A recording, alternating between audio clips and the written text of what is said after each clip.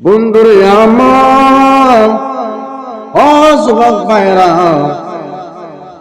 আল্লাহ রাব্বুল আলামিন আমার নবীর মাধ্যমে জানিয়েছেন। আমার নবী কয়, যে জায়গায় আপনার একটা মিলাদ হয়, বা যে জায়গায় 10টা মানুষ হয়, বা যে জায়গায় 10জন মানুষ আলেম ওলামা হয়, বা যে জায়গাটা একটা আমার নবীর গুণগান গাওয়া হয়, সেই জায়গাটা আর জায়গা থাকে না। ওই জায়গাটা একটা রিয়াজুল জান্নাতের বাগান হয়ে যায়। সুবহানাল্লাহ। ওই জায়গাটার জায়গা থাকে না, ওই জায়গাটা যা রিয়াজুল জান্নাতের বাগান হয়ে যায়। এই জন্য যুবক ভাইরে আমার, যখন আমাদেরকে মরণ হবে, যদি বেঈমান হয়ে কবরে চলে যায়, কবরের ডান পাশের মাটি বাম পাশের মাটি তোমার এমন জোরে একটা চাপা মারবে গো, যে চাপাটা যখন হয়ে যাবে, তুমি আল্লাহ গো কয়েকটা চিৎকার মারবা গো। ওই চিৎকারটা কোনো মানুষ শুনবে না, কোনো জিন শুনবে না, শুনবে শুধু একজন গরু আর ছাগল, আর কেউ শুনবে না। এমন ভাবে তোমার আযাব হবে, শুরু হবে কবরের ভিতরে বেঈমান হয়ে কবরে চলে গেলে।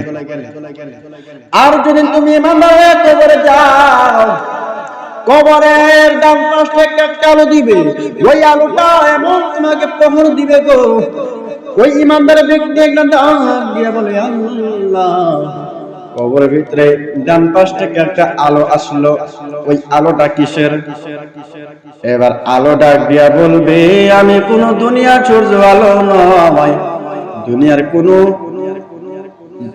সূর্যের আলো নয়, দুনিয়ার কোনো আমি একটা বলার পরের আলো নয়, আমি হইলাম একমাত্র আলো, হইলাম একমাত্র কোরআন তেলাওয়াত। সুবহানাল্লাহ। আর বাম পাশ থেকে আলো দিবে, ওই আলো ডাক দিয়ে বলবে, আমি দুনিয়ার কোনো সূর্যের আলো ছিলাম না, ওই আলোটা ছিলাম আমি একমাত্র নামাজ। সুবহানাল্লাহ বলবেন না? সুবহানাল্লাহ। নামাজ। ওই জন্য যুবক বারে আমার, ও মুরব্বী আব্বাসিরা, বন্ধুরে আমার, বন্ধু গো, কবরের ভিতরে এমন যদি আযাব হয়ে যায়, আমাদেরকে বাঁচা বড় সঙ্গ হয়ে যাবে। এই জন্য বলছি যুবক, মানুষের মৃত্যু হলো 1 নম্বর কষ্ট হলো মৃত্যু, 2 নম্বর কষ্ট হলো কবর। ওই কবরের ভিতরে ভালো আযাব ভালো হইয়া যাইতে পারলে কবরটা তোমার জন্য ফুলের বিছানা হইয়া যাবে। আর যদি খারাপ কাম হইয়া যাও, যদি তোমরা নাফরমানি হইয়া কবরে চলে যাও, ওই কবরটাই তোমার জন্য ভয়ঙ্কর হইয়া যাবে। এই জন্য যুবক ভাইরে আমার, গভীর মনোযোগ দিয়া শুনবেন।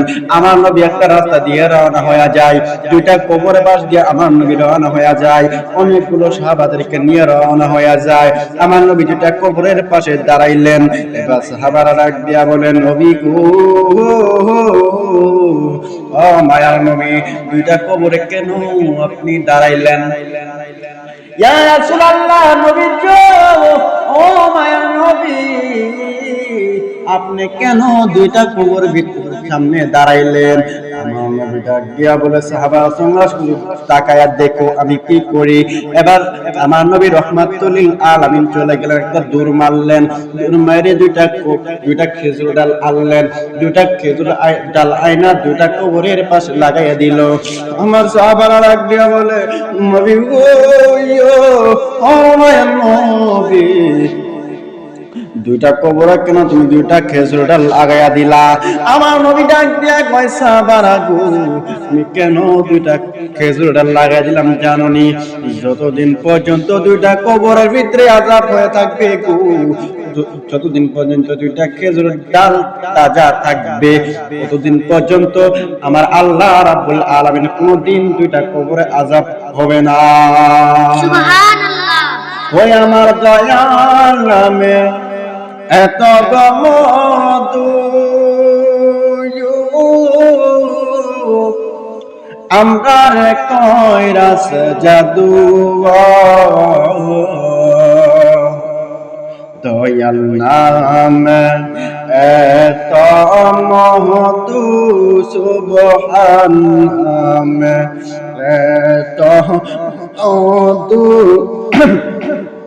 খাইলে মধু ফুরাই না আমার মন হয় ইয়াসের দেওয়ানা। এমন ভাবে যখন কবরে আযাব, আবার আমার নবী রাহমাতুল লিল আলামিন ডাক দিয়ে বলে, ও আয়েশা, আয়েশা রাদিয়াল্লাহু তাআলা আনহু ডাক দিয়ে বলে, নবী গো, ও মায়ার নবী, ও মায়ার নবী গো, তুই ডাক কবরের ভিতরে যা যা হইতাছে গো। ওই হাসরের ময়দানে আয়েশা রাদিয়াল্লাহু তাআলা আনহু জিজ্ঞাসা করবে, ও নবী গো, তুই যখন হাসরের ময়দান হয়ে যাবে, যখন সকল মানুষ থাকবে, ওই মানুষগুলো সবাই তো উলঙ্গ হয়ে থাকবে, একজনের লজ্জা তো আরেকজনের দেখা পেলাইব, পর্দার কি কেলাব হবে না। আমার নবী ডাক দিয়ে বলে, আয়েশা, ও আয়েশা, কেউ কার মুখ চাইতে পারবে না, কেউ কাহারও মুখ চাইতে পারবে না। আর আল্লাহ ডাইরেক্ট তার খাটটা মুসরে আসমানে দেখে নিবে। ও তো যে কষ্ট হবে সেদিন, আমার একটা দূর মারবো, আমরা একটা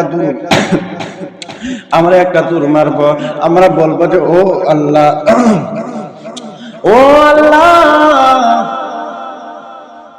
আমাদেরকে তুমি আমল নামা দাও, আমল নামা দাও।